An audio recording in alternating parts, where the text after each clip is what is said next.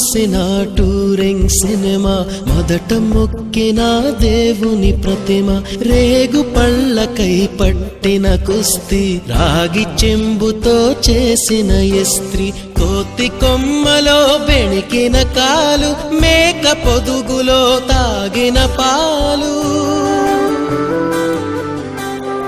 దొంగ చాటుగా కాల్చిన బీడి, సుబ్బుగాడిపై చెప్పిన చాడి, మోట బావిలో మిత్రుని మరణం, ఏకధాటిగా ఏడ్చిన తరుణం